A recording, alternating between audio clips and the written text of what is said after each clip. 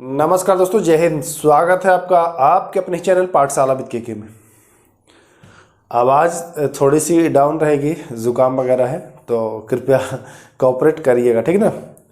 Manage करना है आप लोग को। बाकी यह जो क्लास है बिहार पुलिस प्रीवियस ईयर, जी हाँ, प्रीवियस ईयर क्वेश्चंस जो हम करा रहे हैं उसमें मैंने पॉलिटी के 2010 से लेकर के 2022 तक के सारे क्वेश्चंस मैं करा दिया हूँ। प्लेलिस्ट बना हुआ है बिहार पुलिस प्रीवियस ईयर, वहाँ जा कर के सारे क्वेश्चंस को आप देख सकते हैं और डिटेल में मैं कराया हूँ। जी हाँ, मैं जो कराया हूँ वह डिटेल में कराया हूँ। और जो 2023 में एग्ज़ाम हुआ है उसका जो क्वेश्चन है वो मैं बाद में कराऊंगा, है ना। तो 10 वीडियो आपका पॉलिटी का आपको दे दिया गया है, 10 वीडियो आपको दे दिया गया है। बच्चों ने कमेंट किया कि सर अब ज्योग्राफी स्टार्ट कीजिए, क्योंकि 2010 से 22 तक इन 12 सालों का जो प्रश्न था उसको मैं करा दिया हूँ। अब मैं ज्योग्राफी का शुरू करने वाला हूँ। तो आज से जो शुरू होगा वह ज्योग्राफी का शुरू होगा। अगर पॉलिटी वाले वीडियो नहीं देखें तो देख लीजिए, बहुत ही महत्वपूर्ण है, रिस्क मत लीजिए। मैं बार बार यही कहता हूँ कि प्रीवियस ईयर क्वेश्चंस को आप लोग लगाएं। आप लोग कमेंट करते थे कि सर प्रीवियस ईयर क्वेश्चन कहाँ से मिले, अब मैं आप लोग को उपलब्ध करा रहा हूँ फ्री में, तो आप लोग उसको देख लीजिए, बहुत मज़ा आएगा, बहुत ही मज़ा आएगा। शुरू करें, चलिए आज से ज्योग्राफी शुरू करते हैं। पहला वीडियो है, सबसे पहला क्वेश्चन देखिए, हमारे सौर मंडल के किस ग्रह को लाल ग्रह के रूप में जाना जाता है। बहुत ही इजी है, आप लोग को पता होगा, लेकिन इससे जुड़े और भी पॉइंट मैं डिस्कस करूंगा। तो ऑप्शन है बृहस्पति, शुक्र, मंगल और बुध। आपको पता है दोस्तों कि जो लाल ग्रह है, लाल ग्रह किसे कहते हैं? मंगल, ठीक है। अगर लाल ग्रह पूछे तो मंगल, नीला ग्रह पूछे तो अपनी पृथ्वी, पीला ग्रह पूछे तो पीला बृहस्पति, ठीक ना। तो ऐसे करके 2-3 है, उसको आपको आना चाहिए, ठीक, ओके। 2-3 चीजें और ध्यान दीजिए। ग्रहों की गति से संबंधित एक क्वेश्चन आता है कि ग्रहों की गति का किसने निर्धारण किया था, है ना। तो आप बताएंगे केपलर, ठीक। एक क्वेश्चन अब बनता है, देखिए यहां पर मैंने टेढ़ा मेढ़ा एक सूर्य बनाने की कोशिश किया। अब पूछता है कि सूर्य से सबसे दूर का ग्रह, तो आपको ध्यान देना है सबसे नजदीक का ग्रह कौन है। देखिए सबसे नजदीक का ग्रह है बुध, ठीक ना, फिर है शुक्र, फिर है पृथ्वी, फिर है मंगल, ठीक। उसके बाद है बृहस्पति, शनि, अरुण और वरुण। आपको याद रखना है बुसुप्रिम और वृषभ, ये चीज याद रखना है। ये सारे जो हैं वह चक्कर लगा रहे हैं किसके, किसके भैया? सूर्य के, ठीक ना। सूर्य है और इसके सभी चक्कर लगा रहे हैं, तो ये ध्यान दीजिए। अब पूछता है सूर्य के सबसे नजदीक का ग्रह, तो बता देंगे बुध। पृथ्वी का स्थान दूरी के अनुसार सूर्य से कौन सा है, तो बताएंगे पहला, दूसरा, तीसरा, यानी शुक्र के बाद है पृथ्वी। पूछता है कि क्षुद्र ग्रह कहाँ पाया जाता है, तो देखिए मंगल और बृहस्पति के बीच में, यहीं पर। तो ये सारी चीजें। सबसे दूर स्थित ग्रह तो बताएंगे वरुण, ठीक ना। तो ये चीज आप समझ गए। अब आप भी अपने आप को समझ लिए कि आप कौन सा ग्रह हैं, क्योंकि आप जिसके चक्कर लगा रहे हैं ना उसके और लोग भी चक्कर लगा रहे हैं, तो उसी के अनुसार आप अपने आप को सेट कर लीजिए कि आप कौन सा ग्रह हैं। समझ रहे हैं हम क्या कह रहे हैं? आप जिसके चक्कर लगा रहे हैं, जिसके चक्कर में है पढ़ाई लिखाई छोड़ के, उसके चक्कर और भी लोग लगा रहे हैं, तो उसी अनुसार आप अपने आप को ढाल लीजिए। ढाल लीजिए कहने का मतलब है कि आप अपने आप को मान लीजिए कि मैं बृहस्पति हूँ या मंगल हूँ, ठीक। चले आगे, इसको मिटा देते हैं ना, इसको मिटा देते हैं। तो पहला क्वेश्चन ये था, मैं उम्मीद कर रहा हूँ कि इनके सारे पॉइंट्स आपको पता होंगे, ठीक। आगे चलें, दूसरा क्वेश्चन देखिए। दूसरा क्वेश्चन दोस्तों, एल नीनो शब्द क्या है?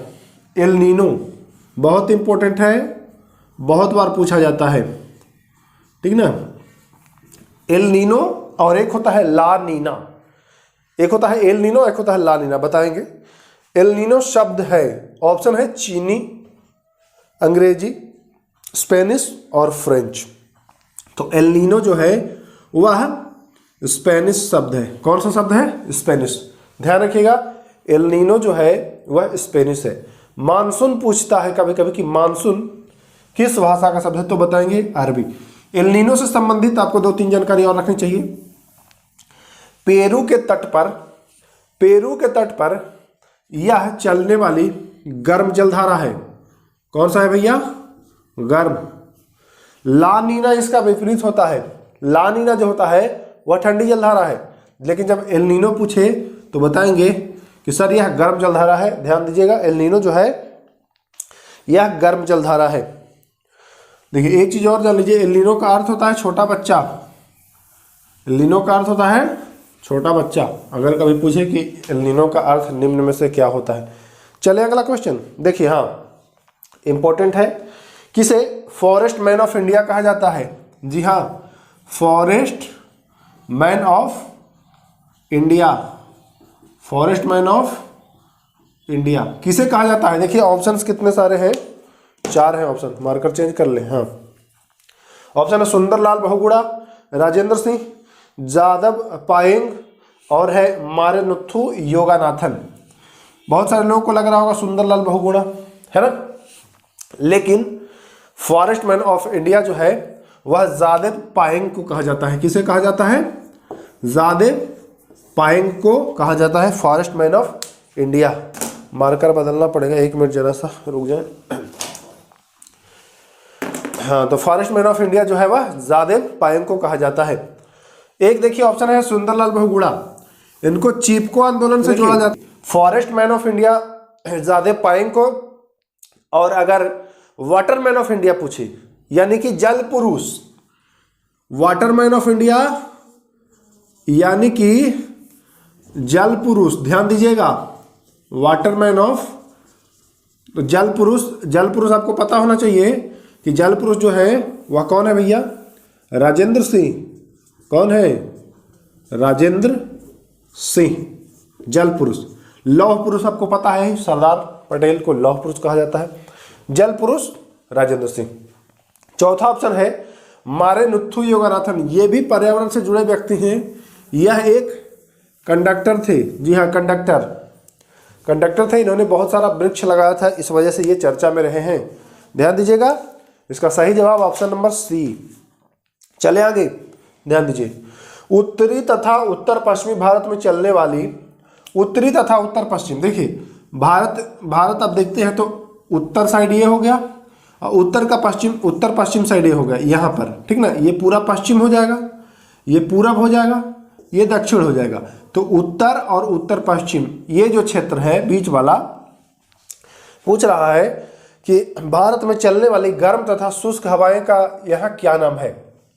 तो आपको पता है कि उत्तर पश्चिम में जो हवाएं चलती हैं उसे लू कहा जाता है भारत में। जी हाँ, लू। तो लू देखिए डी में है, यानी कि इसका सही आंसर जो हो जाएगा वह डी हो जाएगा। अब आप कहेंगे कि सर चिनूक जो है वो कहाँ चलता है? तो चिनूक जो है वह यूएसए और कनाडा में चलने वाली शुष्क और गर्म हवा है। जी हाँ, कहाँ चलने वाली? Canada, USA. ठीक, अगला देखिए, इसमें बी ऑप्शन है, बी में है फॉन। क्या है? फॉन। यह स्विट्जरलैंड में चलती है। कहाँ में? स्विट्जरलैंड में। तो ध्यान दीजिएगा, फॉन अगर पूछे तो स्विट्जरलैंड। और सी में है ब्लिजार्ड। यह भी यूएसए कनाडा और साइबेरिया के क्षेत्र में, यूएसए कनाडा और साइबेरिया के क्षेत्र में चलता है ब्लिजार्ड। ध्यान रखिएगा, इंपॉर्टेंट है, पूछता है भैया। देखिए भारत की जलवायु है कैसी है? आपको पता है कि भारत की जो जलवायु है वह है उष्ण कटिबंधीय मानसून जलवायु। ऑप्शन नंबर कौन सा है? सी। देखिए उष्ण कटिबंधीय कहते किसको है? ये हो गया विषुवत रेखा, यह हो गया 23.5 डिग्री उत्तरी, 23.5 डिग्री उत्तरी और 23.5 डिग्री दक्षिणी, ठीक ना। 23.5 उत्तरी से 23.5 दक्षिणी के बीच को ही उष्ण कटिबंधीय क्षेत्र कहा जाता है। ठीक, तब आप कहेंगे कि सर भारत तो 23.5 से और ऊपर भी है, 23.5 तो जो रेखा है कर्क रेखा, यह तो मध्य प्रदेश गुजरात वगैरह तक ही है ना। इसके जो ऊपर है वह तो 23.5 से ऊपर है, तब तो उपोष्ण होना चाहिए था, क्योंकि 23.5 तक उष्ण होता है फिर उपोष्ण होता है। तो देखिए हिमालय पर्वत की मौजूदगी की वजह से उष्ण का जो प्रभाव है, उपोष्ण का जो प्रभाव है वह पूरी तरह से नहीं भारत पर हावी हो पाता है, और हिमालय पर्वत होने की वजह से ही यहाँ की जलवायु जो है वह मानसूनी जलवायु भी है। ये चीज भी ध्यान दीजिएगा, ठीक ना। उसका बहुत बड़ा योगदान है हिमालय पर्वत का, ध्यान दीजिएगा। मयूरभंज खानें किसके लिए जानी जाती हैं? तो मयूरभंज खान जो है, ऑप्शन देखिए, कोयला, तांबा, लोहा, सोना।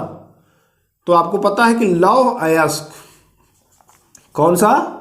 लौह अयस्क, ध्यान दीजिएगा, लौह अयस्क के लिए जाना जाता है। और पूछता है बच्चों मयूरभंज खान है कहाँ में? तो बताएंगे उड़ीसा में। कहाँ में है? ओडिशा में, ठीक है ना। मयूरभंज खान ओडिशा में लौह अयस्क के लिए प्रसिद्ध है। चले आगे, देखिए राजेंद्र सेतु किस नदी पर है? आपको पता ही है कि राजेंद्र सेतु जो है वह गंगा नदी पर है। प्रति 1000 पुरुषों पर महिलाओं की संख्या क्या कहलाता है? तो लिंगानुपात कहलाता है। क्या कहलाता है? लिंगानुपात। लिंगानुपात संबंधित है जनसंख्या से, है कि नहीं। अब ये जनसंख्या की बात आ गई तो बताइए भारत में पहली जनगणना कब हुई थी? 1872। नियमित पूछता है तो बताएंगे 1881, ठीक ना, ध्यान दीजिएगा। चले आगे, चलिए सर। भारत में मीठे पानी की सबसे बड़ी झील, भारत में मीठा पूछ रहा है तो मीठा बताएंगे वुल्लर झील, जम्मू कश्मीर। जी हाँ, मीठा पानी वुल्लर झील, जम्मू। एक चीज ध्यान रखिएगा कि जब समुद्र किनारे जो झील होता है वह खारा होगा, झील होगा कि नहीं, क्योंकि समुद्र का पानी खारा होगा और समुद्र के पानी से निर्मित होगा तो वह भी झील खारा होगा।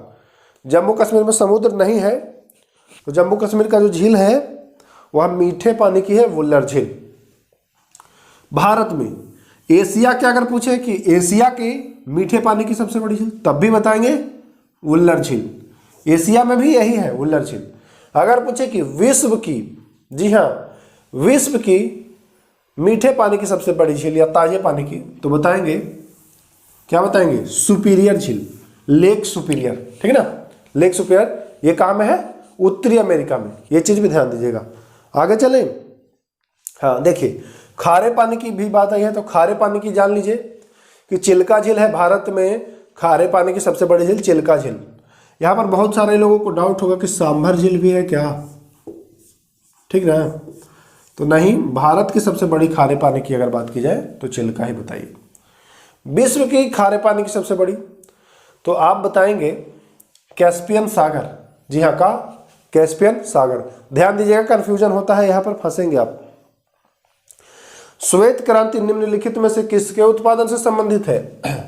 श्वेत क्रांति आपको पता है दूध से संबंधित है। दूध भी श्वेत, श्वेत मतलब व्हाइट, सफेद, यानी इसको पूछता है सफेद क्रांति, श्वेत क्रांति, ऑपरेशन फ्लड, ऐसे करके पूछेगा तो बताएंगे कि दूध से संबंधित है भैया। किससे? दूध से। श्वेत क्रांति की शुरुआत अगर पूछे तो बताएंगे 1970। श्वेत क्रांति के बारे में पूछे कि इसके श्वेत क्रांति के जनक, तो वर्जिस कुरियन, डॉक्टर वर्जिस कुरियन, ठीक ना, ध्यान दीजिएगा। चले आगे, चलिए देखिए, ज्योग्राफी से बहुत क्वेश्चंस पूछे जाते हैं, आप लोग हल्के में लेते हैं। अगर आप लोग कहेंगे तो मैं ज्योग्राफी की अलग से क्लास भी स्टार्ट कर दूंगा। प्रीवियस ईयर तो कराऊंगा ही, क्योंकि ज्योग्राफी से देखिए 18 क्वेश्चन 19 क्वेश्चन आपको दिखाई देगा। यहाँ बहुत क्वेश्चन पूछे जाते हैं, तो अगर आप लोग इच्छुक होंगे, इस वीडियो को ज़्यादा प्यार देंगे तो मैं ज्योग्राफी की क्लास भी स्टार्ट कर दूंगा। अलकनंदा नदी भागीरथी से मिलती है। अलकनंदा, ध्यान दीजिएगा, बहुत महत्वपूर्ण है और बहुत बार पूछा गया है। अलकनंदा प्लस भागीरथी, जी हाँ, अलकनंदा प्लस भागीरथी नदी जो है वह कहाँ मिलते हैं? देखिए ऑप्शन आपके सामने है, रुद्रप्रयाग, देवप्रयाग, कर्णप्रयाग और विष्णुप्रयाग। तो आपको पता है कि अलकनंदा और भागीरथी, यह देवप्रयाग में मिलता है। कहाँ में मिलता है भैया? देवप्रयाग। ध्यान दीजिएगा, अलकनंदा और भागी, देवप्रयाग। अलकनंदा और मंदाकिनी, एक और पूछता है कि अलकनंदा और मंदाकिनी यह कहाँ मिलता है? तो बताएंगे आप कि रुद्रप्रयाग में। अच्छा, बहुत कंफ्यूजन होता है ना कि अलकनंदा मंदाकिनी रुद्रप्रयाग में है कि अलकनंदा और भागीरथी रुद्रप्रयाग में है। तो ध्यान दीजिएगा, एक शॉर्टकट ट्रिक, अलकनंदा से आ उठा लेना है, मंदाकिनी से मा उठा लेना है और रुद्रप्रयाग से रूद उठा लेना है। अब आपको याद हो जाएगा अमरूद। अमरूद याद रखिएगा, आ से अलकनंदा, मा से मंदाकिनी और रुद से रुद्रप्रयाग। ये अब आपको याद रह जाएगा। अमरूद अब जब देखेंगे तो आपको ये चीज याद रह जाएगा। एक और पूछता है कि अलकनंदा और प्लस पिंडार, ये कहाँ मिलता है? अलकनंदा पिंडार नदी, तो यह कर्णप्रयाग में मिलता है। बाकी याद रखिएगा ये अमरूद, इससे आपका काम हो जाएगा। अलकनंदा भागीरथी देवप्रयाग और अलकनंदा मंदाकिनी रुद्रप्रयाग। तो अमरूद आपको याद रखना है। अमरूद तो आप लोगों ने देखा नहीं होगा, आजकल बहुत चल रहा है ये वाला यूट्यूब पर। दोस्तों ये है मार्कर तो आपने देखा नहीं होगा, है ना। तो इन सब चीज़ों में समय व्यर्थ नहीं करना है, पढ़ना है। चले आगे, चलिए। निम्न में से कौन सी रबी की फसल नहीं है? रबी की फसल नहीं है, ऑप्शन है भैया गेहूं, सरसों, चना, ज्वार। गेहूं, सरसों, चना, ज्वार। तो रबी जो है वह अक्टूबर नवंबर में बोया जाता है, मार्च अप्रैल में काटा जाता है, ठीक ना। कौन सा फसल? रबी। आपको याद रखना है OMR, अक्टूबर नवंबर में बोया जाता है, मार्च अप्रैल में काटा जाता है, और कौन सा फसल है वो? रबी। तो अब आप जान जाएंगे कि देखिए गेहूं जो है अक्टूबर नवंबर में बोते हैं, मार्च अप्रैल में काटते हैं, होली के समय कटता है। इतना तो आपको पता है क्योंकि गांव घर के हैं आप, तो ये चीज़ें जानते होंगे। उसी के समय गेहूं के समय सरसों भी आपको देखने को मिलता होगा, गेहूं सरसों, है ना।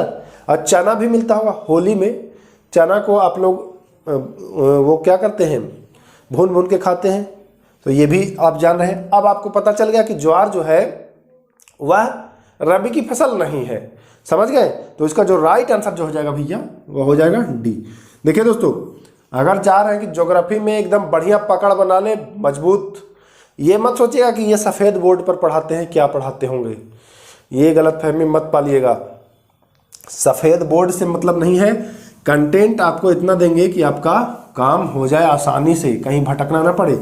तो OMR याद रखना है भाई, OMR याद रखना है। अक्टूबर नवंबर शुरू होता है, मार्च अप्रैल चलता है, और कौन सी फसल है? रबी। अब रबी जान गए अक्टूबर नवंबर में। आपसे अगर कोई पूछ दे कि भैया ये कौन सा है इसमें रबी, तो आप देखेंगे कि भैया कौन महीना में होता है ये, उससे आप पकड़ लेंगे, है ना।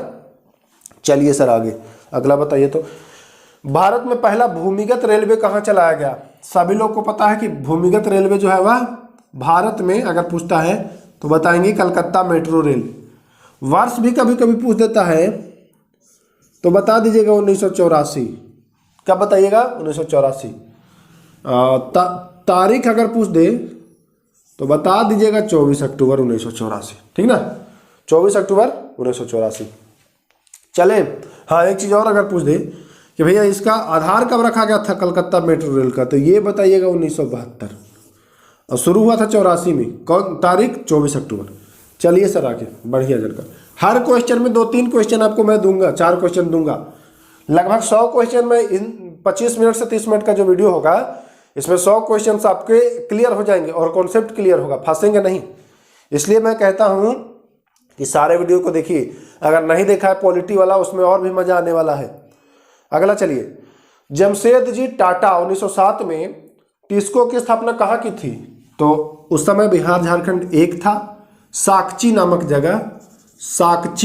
नामक जगह उस समय कहाँ में था? बिहार में ही था। देखिए ए ऑप्शन जो है वह सही है, बिहार में ही था। अब बताइए बिहार झारखंड अलग कब हुआ?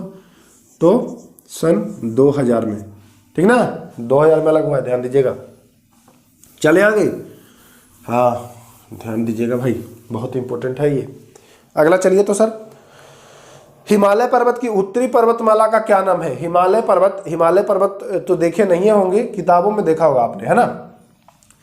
तो हिमालय पर्वत का उत्तरी, देखिए हिमालय पर्वत का आपको 3 भाग मिलेगा। बहुत सारे लोग 4 भाग भी बताए हैं, जो कि गलत नहीं है। एक जो है वो ट्रांस हिमालय है, वो हिमालय का भाग नहीं है। ट्रांस मतलब होता है पार, जैसे आप पढ़ते हैं ट्रांसपेरेंट यानी पारदर्शी, ट्रांस मतलब पार, तो वह हिमालय के पार का है। ठीक, ध्यान दीजिएगा, वो हिमालय का भाग नहीं है। अब पढ़ाने वाले कुछ लोग बता देते हैं वो हिमालय का भाग। चलिए ठीक है, तो पूछ रहा है सबसे उत्तरी पूछे तो बताएंगे बृहद हिमालय, इसका नाम है। हिमाद्री हिमालय भी इसी का नाम है। इसका लघु हिमालय या मध्य हिमालय भी इसको कहते हैं। और जो सबसे दक्षिणी है, सबसे बाहरी है, उसको शिवालिक कहते हैं या बाह्य हिमालय कहते हैं। ठीक, चलिए सर, बहुत बढ़िया जानकारी दे दी है। चलिए हाँ, एक देखिए अगला क्वेश्चन चलते हैं। 0 डिग्री अक्षांश के नाम से जाना जाता है। 0 डिग्री अक्षांश किस नाम से जाना जाता है? यह पृथ्वी का चपटा नमूना हमारे द्वारा बनाया गया है ना। हालांकि ऐसा पृथ्वी है नहीं, तो भाई व्हाइट बोर्ड पर इतना ही हो पा रहा है हमसे। तो पूछ रहा है कि 0 डिग्री अक्षांश के नाम से जाना जाता है। आपको पता है कि 0 डिग्री 0 डिग्री वही चीज़ है, ऐसा थोड़ी है लांगड़ पांगड़, है ना, बिल्कुल सीधा है। तो 0 डिग्री अक्षांश, तो इसी को कहते हैं बाबू इक्वेटर। अगर कभी पूछे इक्वेटर तो यही है। अगर कहे भूमध्य रेखा तो यही है। 0 डिग्री अक्षांश रेखा यही है, ठीक है ना। इक्वेटर, भूमध्य रेखा, विषुवत रेखा, 0 डिग्री अक्षांश रेखा यही है, यही है, यही है। तो option A is the right. अब देखिए 23.5 अगर ऊपर बढ़ेंगे उत्तर नॉर्थ में और 23.5 अगर साउथ में बढ़ेंगे तो ऊपर है कर्क रेखा। 23.5 डिग्री उत्तर में क्या है भैया? कर्क। और 23.5 डिग्री दक्षिण में क्या है भैया? मकर। ये भी ध्यान दीजिएगा, अगर पूछे 23.5 डिग्री उत्तरी को किस नाम से आता है? कर्क, मकर, विषुवत, तो बताएंगे उत्तर है कर्क, बताए थे सर, ठीक ना, ध्यान दीजिएगा। चलिए सर आगे चलिए। ग्रहों की गति का संचालन होता है। देखिए हमने शुरुआत में ही चर्चा किया था।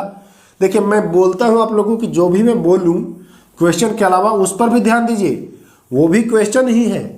अब पहला क्वेश्चन आपने देखा होता तो ये वाला क्वेश्चन आसानी से कर लेंगे, वैसे भी कर लेंगे, बहुत ज़्यादा टफ नहीं है। तो ग्रहों की गति का संचालन केपलर के नियम के द्वारा होता है। तो इसका जो सही जवाब होगा वह ऑप्शन नंबर बी, यानी कि ऑप्शन नंबर 2। तो क्वेश्चन की गणना आपने की, लगभग 17 से 18 क्वेश्चन है और एक क्वेश्चन से जोड़ के मैं 3-4 क्वेश्चन बताया हूं आप लोग को।